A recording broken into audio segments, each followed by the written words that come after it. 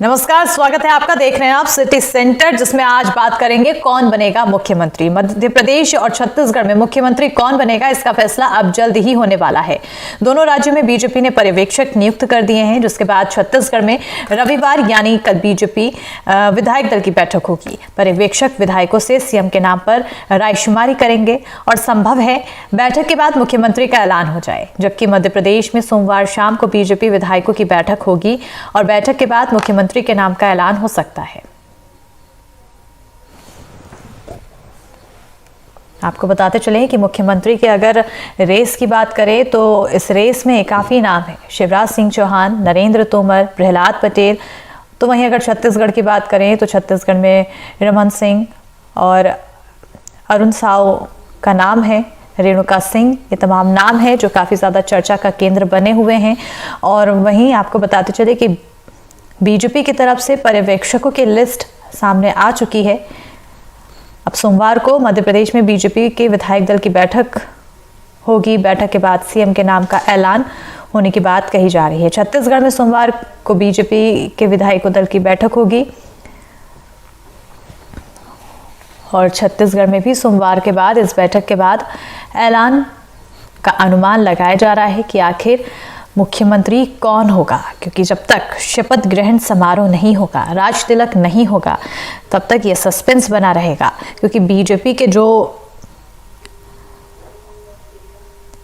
कदम होते हैं, जो बीजेपी रणनीति चलती है, वो अचानक से चौंकाने वाली मानी जाती है। और ऐसे में अब तमाम तरह की चर्चाएं हैं। चर्चाओं के बीच एक सबसे अहम ये भी बनता है कि लोकसभा चुनाव नज़दीक है। 6 महीने का समय बचा हुआ है और इस लोकसभा चुनाव से पहले बीजेपी एड़ी चोटी का जोर लगाती नजर आ रही है जनता के बीच अपनी पैठ मजबूत करने में। और जिन कुछ सीटों पर अगर बीजेपी को हार मिली है, यानी कि अगर जैसे मध्य प्रदेश में बात करें तो मध्य प्रदेश में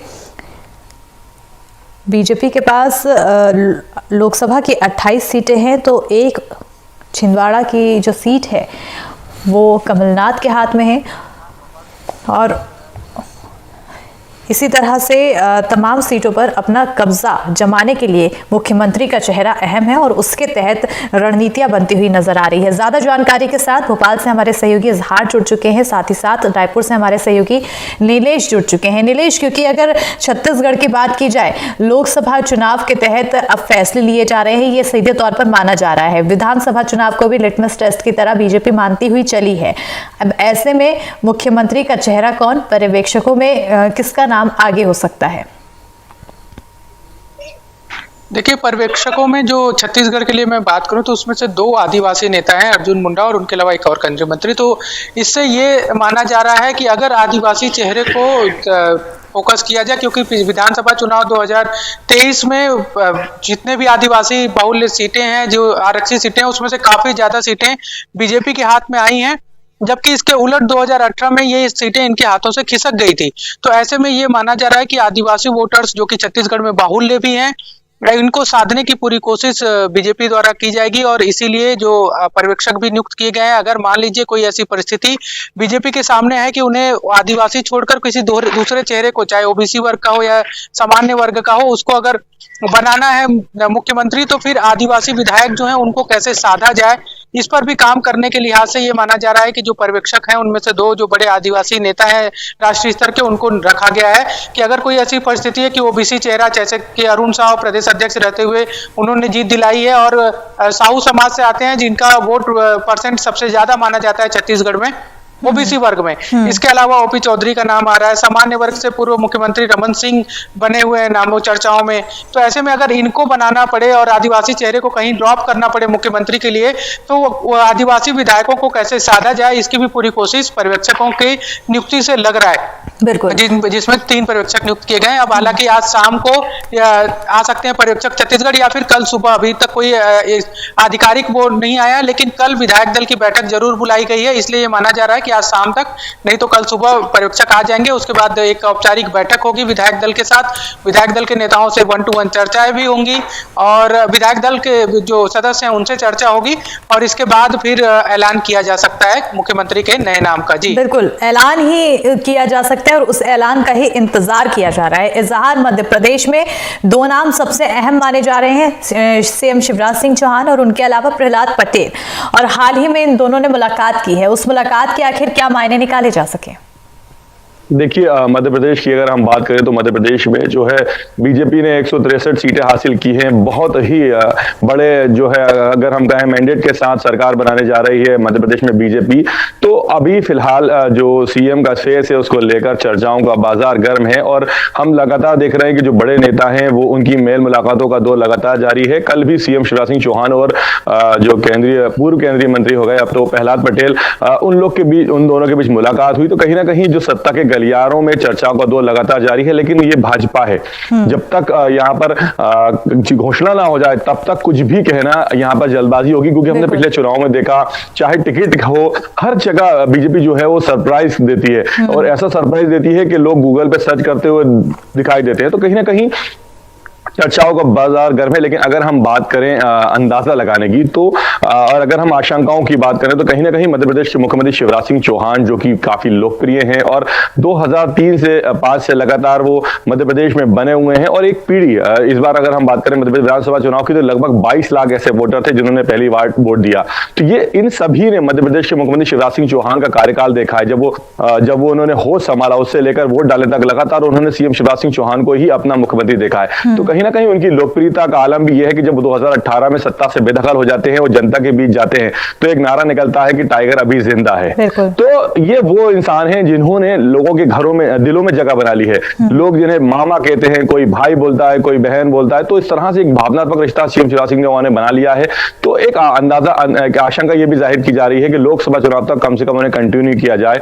हालांकि अब ये फैसला तो आला कमान को करना है बीजेपी को क्या होगा। उसके अलावा अगर हम बात करें तो प्रहलाद पटेल केंद्रीय मंत्री थे, उन्हें विधानसभा चुनाव लड़ाया गया है और ये माना जा रहा है कि जो मुख्यमंत्री है उसकी रेस में वो सबसे आगे चल रहे हैं। हालांकि अब जो 3 जो पर्यवेक्षक बनाए गए हैं, एमएल खट्टर हैं, के लक्ष्मण हैं, आशा लाकड़ा हैं, ये तीनों आएंगे और जो विधानसभा के जो चुने हुए 163 विधायक हैं उनसे चर्चा करेंगे, बैठक होगी। हालांकि जिस तरह की जानकारी सूत्रों से आ रही है वो ये आ रही है कि जब बैठक हो रही होगी और आधी बैठक हो चुकी होगी तब ही जो पर्यवेक्षक है उनको भी पता चल पाएगा कि किसके नाम की घोषणा होने वाली है। हालांकि क्योंकि अगर उससे पहले हो जाएगा तो फिर बैठक का मकसद क्या रहेगा, विचार विमर्श का मकसद क्या रहेगा। तो कुल मिला के बीजेपी है, अब इसमें बैठकों का दौर जारी है, बैठक होगी, सारे जो विधायक हैं उनसे राय मशवरा की जाएगी और फिर आला कमान को बताया जाएगा। हालांकि अब ये फैसला क्या होता है ये आने वाला समय बता पाएगा। बिल्कुल, समय का इंतजार किया जा रहा है। नीलेश, क्योंकि अभी आपने जिक्र किया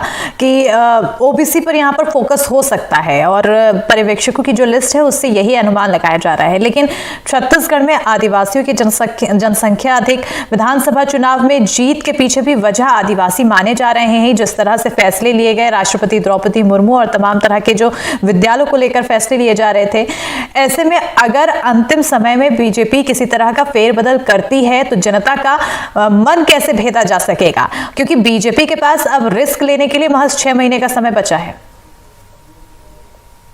देखिए, एक तो ये तय है कि विधानसभा चुनाव 2023 के जो परिणाम आए हैं छत्तीसगढ़ में, इससे साफ अंदाजा लगाया जा सकता है कि छत्तीसगढ़ में जातिगत समीकरण या फिर जातियों के हिसाब से नेता तय करना और उनके हिसाब से वोट मिलना, ये बहुत ज़्यादा जाति वर्ग के हिसाब से देखें जो बाहुल्य है तो बहुत ज़्यादा दिखता नहीं है। क्योंकि पूरे 5 साल तक पिछली सरकार में भूपेश बघेल जो मुख्यमंत्री रहते ओबीसी चेहरों की बात करते रहे, भूपेश बघेल मुख्यमंत्री रहते उन जातियों की बात करते रहे जो बोले कि जिनकी ज्यादा जनसंख्या उनको ज्यादा अधिकार मिलना चाहिए।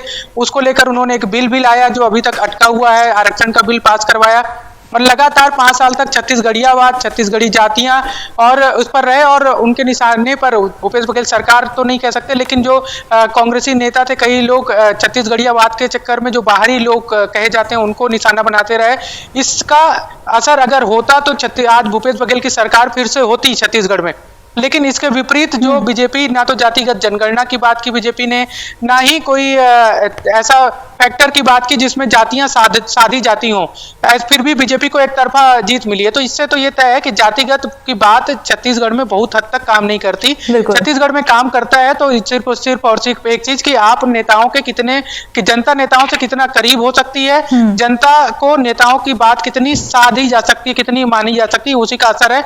और यही मुझे जो चर्चाएं चल रही हैं छत्तीसगढ़ में इसीलिए चल रही हैं कि ओबीसी वर्ग से, चूंकि एक बड़ा वर्ग है और एक ऐसे नाम है जो कि काफी काम किए चुनाव में, चाहे ओपी चौधरी हो, चाहे अरुण शाह हो प्रदेश अध्यक्ष रहते, तो उनको भी मौका मिल सकता है। और जो आदिवासी नेता हैं उनको एक बढ़िया पोर्टफोलियो दिया जा सकता है। जो प्रदेश अध्यक्ष की कुर्सी है वो भी आदिवासी किसी नेता को दी जा सकती है। तो ऐसे में जातिगत समीकरण और वो साधने का काम किया जा सकता है। बिल्कुल, यानी कि छत्तीसगढ़ में जनता से कनेक्शन बढ़ेगा तो जनादेश बढ़ेगा और यही जीत की वजह मानी जाती है। बहरहाल बहुत बहुत शुक्रिया नीलेश, तमाम जानकारी देने के लिए। इजहार बने रहिएगा, खबरों की अपडेट्स आपसे लेते रहेंगे।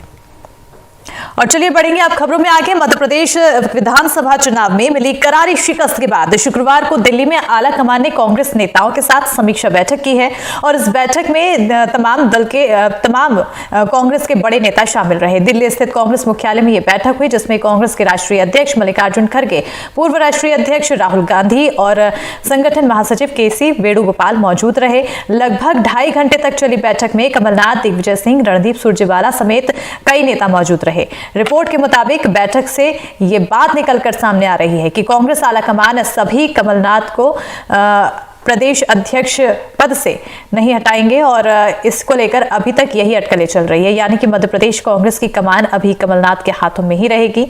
और जबकि पहले ये कयास लगाए जा रहे थे कि करारी शिकस्त के बाद कमलनाथ प्रदेश अध्यक्ष पद से इस्तीफा दे सकते हैं। बैठक के बाद रणदीप सिंह सुरजेवाला ने कहा कि सभी नेताओं ने चुनाव को लेकर अपने अपने अनुभव मल्लिकार्जुन खड़गे और राहुल गांधी के साथ शेयर किए हैं। हार के कारणों पर बड़े खुले मन से चर्चा हुई है। हमसे कहां कमियां रही मध्य प्रदेश का मन जीतने में, मध्य प्रदेश की जनता का मन जीतने में, इस पर भी बड़े खुले मन से आत्म मंथन भी हुआ, विश्लेषण भी हुआ और चर्चा भी हुई। कांग्रेस अध्यक्ष जी ने सारी बातें बड़ी विस्तृत तरीके से सौहार्दपूर्ण वातावरण में सुनी, राहुल जी ने सुनी, कुछ सुझाव भी उन्होंने भविष्य को लेकर हमें दिए और आगे का निर्णय अब कांग्रेस अध्यक्ष माननीय खड़गे साहब पर हमने छोड़ दिया और हमने उन्हें अनुरोध किया कि विधायक दल की बैठक के लिए भी पर्यवेक्षक जल्दी से नियुक्त कर दिया जाए ताकि वहां जाकर विधायक साथियों की राय लेकर विपक्ष का जो अगला नेता तय होना है वो भी हो और हम मध्य प्रदेश की जनता की सेवा में जुट जाएं। हर बार जब एक व्यक्ति पर भी अगर अन्याय होगा तो कांग्रेस के कार्यकर्ता साथी, कांग्रेस के नेतागण मध्य प्रदेश के उस व्यक्ति के साथ खड़े होंगे। वो हमारे किसान भाई हों, हमारे गरीब भाई हों, युवा हों या महिला हों, हम आपके निर्णय को सर झुकाकर स्वीकार करते हैं और उस निर्णय को स्वीकारते हुए विपक्ष की जो भूमिका अदा करने का आदेश कांग्रेस पार्टी को दिया है वो हम करते रहेंगे। विपक्ष की भूमिका अदा करने का आदेश बीजेपी ने दिया है। अब ऐसे में सवाल ये बनता है कि आखिर कांग्रेस कब तक विपक्ष की ही रणनीति अपनाती रहेगी, भूमिका अपनाती रहेगी। इजहार हमारे साथ ज्यादा जानकारी के साथ लगातार जुड़े हुए हैं। इजहार, क्योंकि बैठक में लगातार ये बात कही जा रही है कि खुले मन से हर मुद्दों पर चर्चा की, किस तरह से जो चुनावी अभियान रहा वो भी साझा किया गया, लेकिन क्या पार्टी की बैठक में इस दौरान इन मुद्दों को उठाया गया कि आखिर पार्टी में कहाँ कमी है, किन चीजों पर ध्यान देनी चाहिए? क्योंकि हर जगह सिर्फ हार मिल रही है, कहीं ना कहीं तो खोट होगा। बिल्कुल, देखिए इस बात पे जरूर चर्चा हुई होगी। हालांकि जब सुरजेवाला से और जब उन्होंने बैठक के बाद अपनी पूरी बात मीडिया को बताई, बैठक के बारे में विस्तृत जानकारी दी, जब उनसे पूछा गया कि आपके जो क्या कमियां रहीं, क्या क्यों हारे और आपके एक बड़े वरिष्ठ नेता ईवीएम पर सवाल उठा रहे हैं, क्या इसको लेकर भी चर्चा हुई, तो कहीं ना कहीं उन्होंने कहा कि जो पार्टी की बैठक के अंदर बातचीत हुई वो अनुशासन के तहत आती है और उसको मैं पब्लिकली नहीं बता सकता। तो कहीं ना कहीं उन्होंने उस बात से किनारा कर दिया। लेकिन कल की जो बैठक थी ये एक बहुत अहम बैठक थी कमलनाथ के लिए, क्योंकि इस बैठक से एक दिन पहले ये माना जा रहा था कि कमलनाथ इस्तीफा दे सकते हैं। कमलनाथ से आलाकमान ने इस्तीफा देने को कहा है। तरह तरह की चर्चाएं थी। कहा जा रहा था कि नाम मांगे गए हैं कमलनाथ से कि अगर आप नहीं रहेंगे तो किसको प्रदेश अध्यक्ष बनाया जाए। तो कहीं ना कहीं बहुत सारी चर्चाएं थी। उस चर्चाओं को विराम कल की बैठक में लग गया है। कल सारे बड़े नेता मौजूद रहे, हार की समीक्षा की गई। कमलनाथ ने जो फीडबैक और जो जानकारी मिली थी मध्य प्रदेश के विधायकों से, जिन 230 प्रत्याशियों को कांग्रेस ने बुला के उनसे उनकी बात सुनी थी, हार की समीक्षा की थी, उसकी जानकारी को मल्लिकार्जुन खड़गे और राहुल गांधी को बताया गया। और साथ ही कहीं ना कहीं कल की बैठक के बाद जो बाहर निकले सुरजेवाला ने इस बात को स्वीकार किया कि जनता ने जो उन्हें विपक्ष की जिम्मेदारी दी है वो उसको बखूबी निभाएंगे।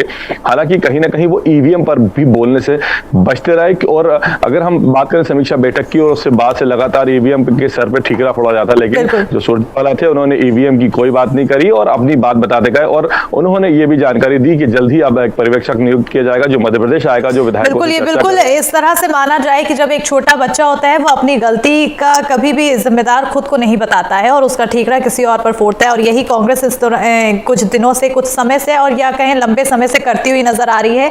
अपनी जो जिम्मेदारियां हैं उसको निभाने के बजाय ठीकरा जो गलत किया है उस पर फोड़ती हुई नजर आ रही है, ईवीएम पर फोड़ती हुई ठीकरा नजर आ रही है। बहुत बहुत शुक्रिया इजहार तमाम जानकारी देने के लिए। यहाँ रुकेंगे फिलहाल, बहुत छोटे से ब्रेक के लिए, जल्द हाजिर होंगे।